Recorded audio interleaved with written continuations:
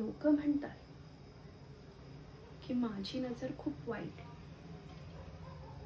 पण खरं तर ती खूप आकर्षक आहे. ज्यांना मी पाहते ना ते माझ्यापासून कधीच लांब जाऊ शकत नाही. आणि तुझं तर कामच संपलं, कारण माझी नजर तुझ्यावर पडली. म्हणजे तुझं मन माझ्या हातात आलं. नाही, मी कोणावर जबरदस्ती नाही करत, तर लोकच माझ्याकडे झुकतात, कारण माझ्या नजरेचं आकर्षण.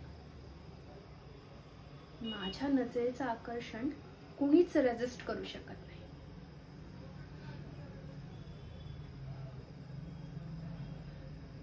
अरे कुठे चाललायस?